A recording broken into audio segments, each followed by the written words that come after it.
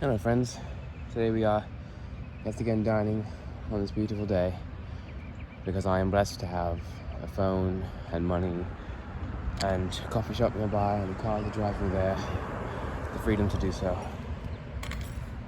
I am blessed. So, I was thinking a little bit earlier, also on topic, if you watched the last video about the S whistle, I looked it up and basically it's just however sound resonates in your mouth, and there's so many different ways you can do it.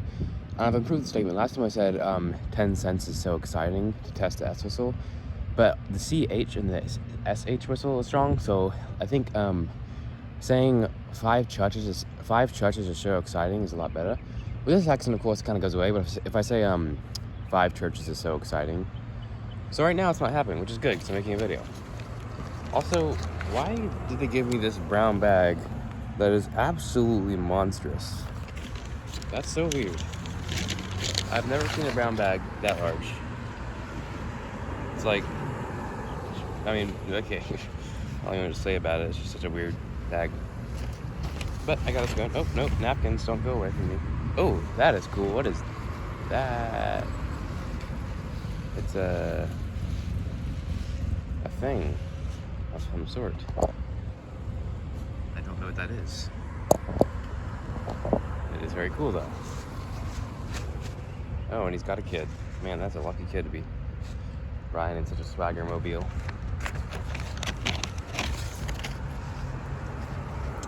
Okay. So, yes, the topic of depression. I was curious the definition of it because there's different stages. First, you have the DSM-5, which defines clinical depression. So that one is whether you can, I guess, legally say you're depressed or not. But then there's if you've experienced a depressive episode, how strong does it have to be and stuff like that. And also how the person interprets it matters, because if it's just a minor depressive episode but it gets to you, that matters more than if it doesn't get to you and you can deal with it, right? So when you say I'm depressed or I had a depressive episode, the significance of that can vary dramatically. And I've actually noticed this concept recently.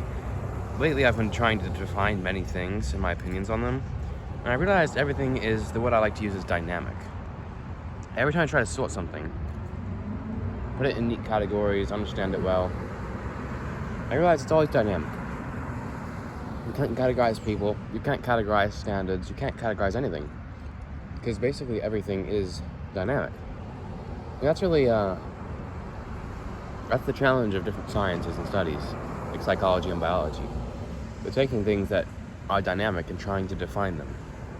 Now, there's 2 ways you can do this. Well, there's 3 methods. First, accept that it's dynamic and establish ranges.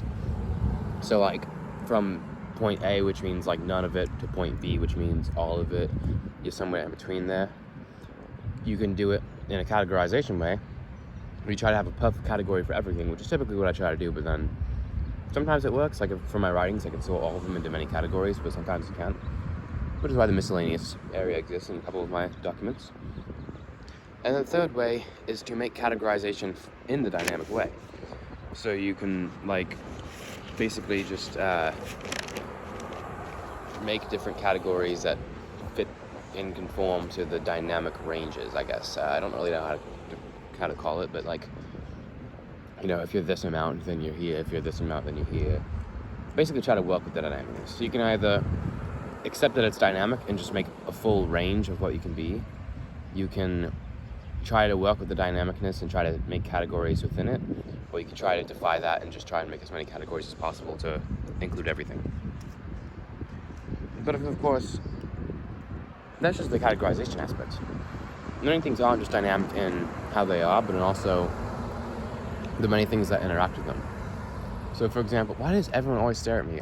I'm fucking... Dude, that guy in his Nissan Rogue, he straight up, as he drove past me, he turned his head not just to the left, but further to the left to see me eating. I'm eating on a bench. What is so weird about that? Can a man not enjoy his vanilla cream scone in peace? Jesus. But anyways, many things you think are just one thing, but then you realize are dynamic and work with other things. One clean, simpler example of this is when I was trying to define obligatory artificial sympathy, someone who tries to give sympathy artificially because they feel obliged to. I realized that was a very stupid definition, and I've written about this. It's not just a vector, it's always a ratio. So it's not that you are this a certain amount, it's how it compares to things.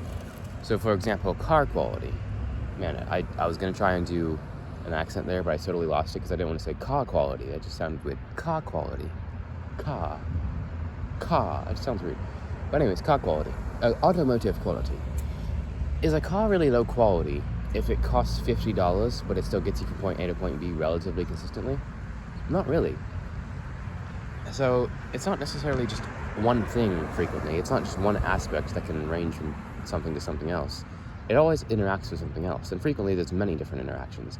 So depression, for example, it's never just you are this amount of sad, it's also what causes it, how long it lasts, how it affects you, different ways it can manifest, like emptiness or the lack of interest and stuff like that. So things are very dynamic, because that is how life is. You trying to categorize the chaos of entropy is like trying to categorize the size of molecules in a water or pond. Like, I don't know why I said water pond. I was trying to say like a pool, but then I said water, and then I just kind of lost it, so I don't know. Things are dynamic. So you can't really define things easily. And that is one part about writing poetry that's fun. I've written about this in a writing I called writing. Writing the verb, though, not a writing. And basically, do you see that? I wonder if you can see that bird. But yeah, writing is trying to use the intended meanings of words. Because it's not always just definition. If you try to write using only the definition of words, which sometimes I do look up the definition just to make sure I'm not misusing a word, but if you just try to use the definition, it'll be difficult. Because words aren't just their definitions. They're the interpretations. If you put them in a phrase, they can mean different things. Different cultures can interpret them differently. Different people interpret them differently. Sometimes you just interpret words differently based on your knowledge of them and how you understood them. For instance, I have a very weird understanding of the word news. Most people think of news as like a noun. It's the news. But once you realize it literally means the new stuff, the news, the new things, the news, the multiple of new, you start to think about it differently. And now you have a slightly different interpretation of the word. So this can apply to every word, really. Because language itself, of course, is dynamic. So you have to work with the meanings of words. And of course, what you do when you write for others is you try to understand what people think of the words. So yeah, everything's dynamic. That's really how it is. That's how life is. You can't define or categorize life perfectly. Some things are easier than others, like biology, despite the difficulty of categorizing everything. You could say that indeed is a raven. We looked at its genes, we looked at the traits. That is not a crow, that is a raven.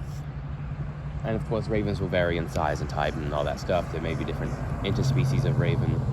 But you can define what things is. If you look at a tiger, you can tell, okay, that tiger's from Bengal. That's actually a name? Bengal. I just realized, I know Bengal tiger, but I guess just I live in Bengal just sounds Bengal, right? Weird. But yeah, that one's from there, and the different traits they have and all that stuff. So you can relatively decently categorize that. But some things you just can't, because it's just dynamic. And that's the fun part. Trying to understand dynamic things. Now, new subject. Ooh, there goes that massive Chevy. Or that's a Chevy.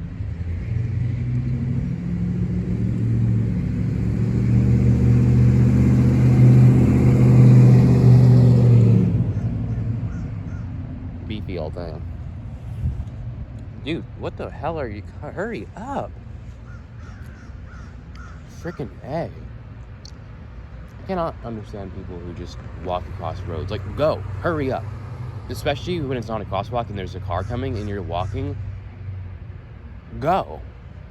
There's literally a crosswalk. Like, it's not in frame right now, but like 150 feet away, there's a crosswalk. So if you're going to choose to jaywalk, which I do too, go fast. Like, idiots. For instance, this person, okay, they're staying on the sidewalk. Nope, they're crossing the road. And the truck's coming, but they don't notice, so they're going slow. See, the truck had to slow down. So you always have to pay attention to where people are going. Which is why one thing people frequently miss up and don't do is when they're going like across a entrance, like where that truck just pulled in, they check in front of them, but they don't check behind them to see if someone's turning in. So they frequently walk across slowly while a car's trying to go there.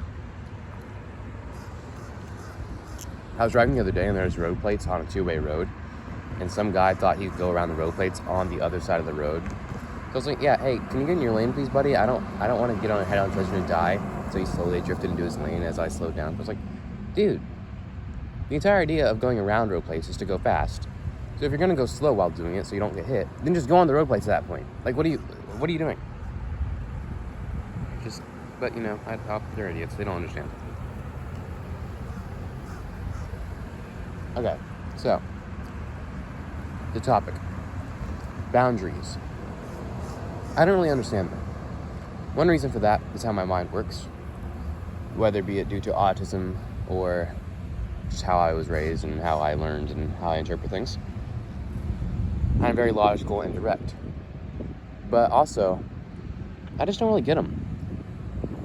Like, why can you not talk about your personal life, not even just personal life, your emotional, your psychological things, to someone like a coworker, an acquaintance? Why is that so taboo? I don't understand. Like, what is wrong with it? I can't think of a logical reason to not do that.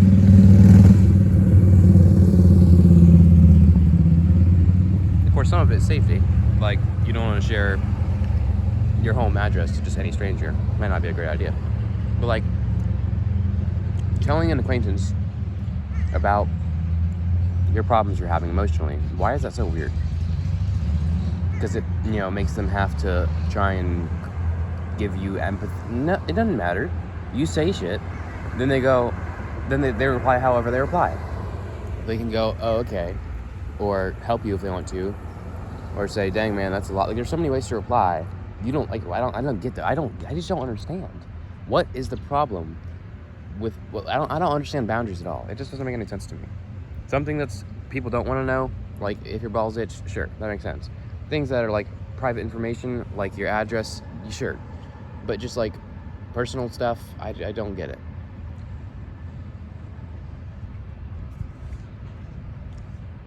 And I was thinking more about age dynamics. They are, of course, stupid, but they're defined by norms. And I was wondering why I have an aversion to certain things, and I just think it's because of the norms, not because of any logical reason. Like, suppose you are 17, and you go out with a coworker who's 21 just to get a drink, and then you leave. That is weird, right? I agree that's weird. Why do I think that's weird? Because they shouldn't be together. Why? Because A, the young person should have friends, not be going out with them, and B, that could be a pedophile. That's why. Even if you know they aren't a weird person, then it just sounds wrong, because that's not what should be done.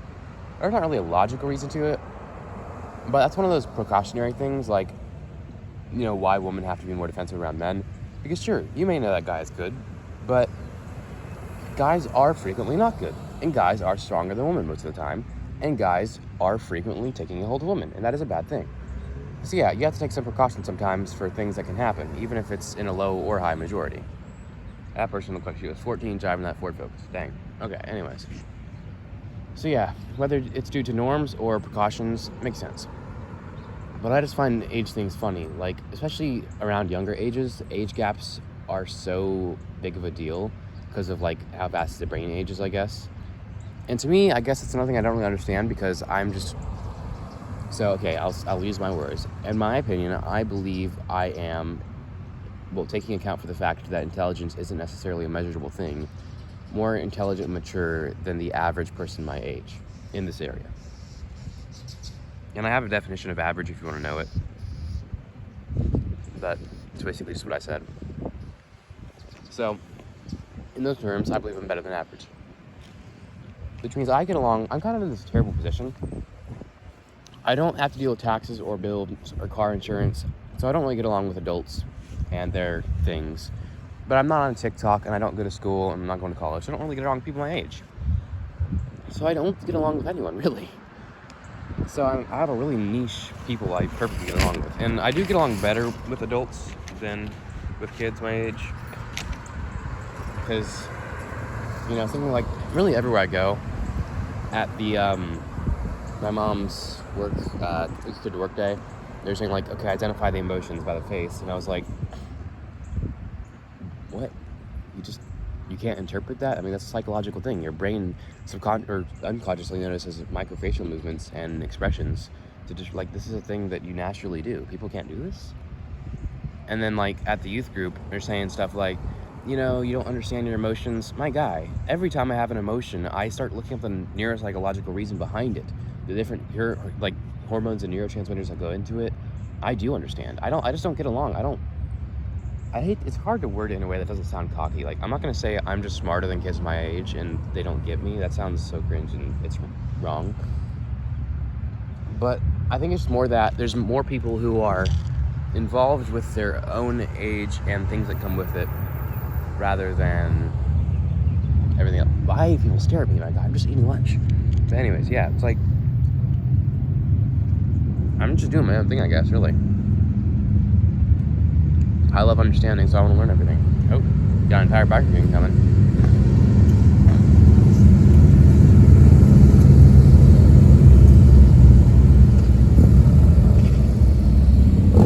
Ooh, hello. Forget them.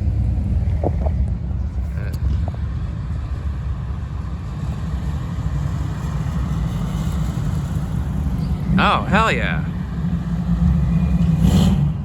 Nice. I don't know if there's a car show there or they're just like together, but dang, those are cool. So yeah. Forgot what I was talking about. Oh yeah, my age.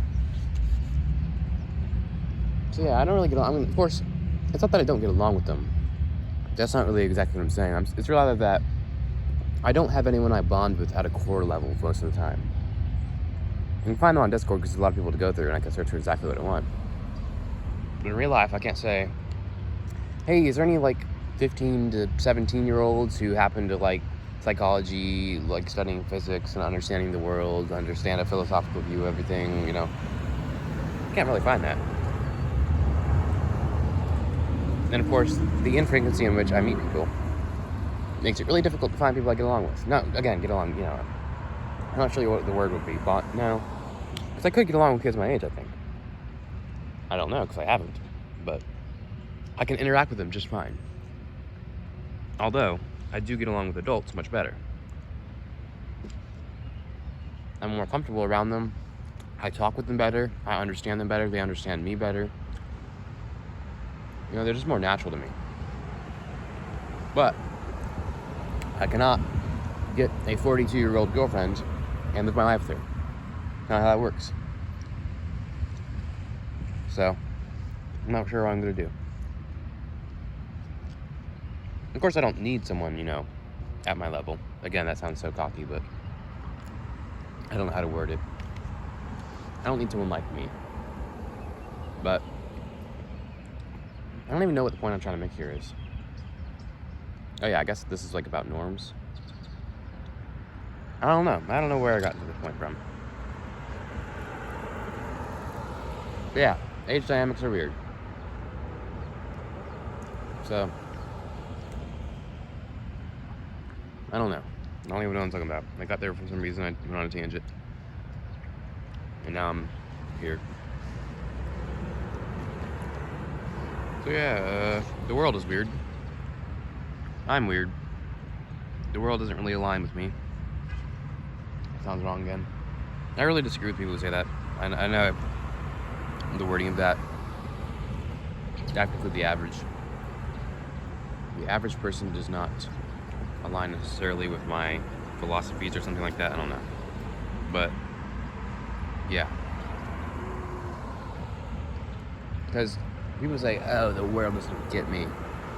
I can assure you there is not only someone exactly like you, probably multiple across history, but there's also probably someone more unique than you.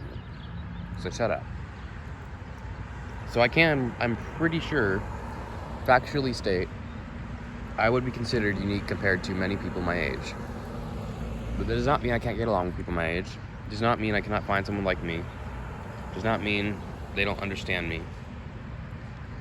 It just means I'm not really suited to the typical life.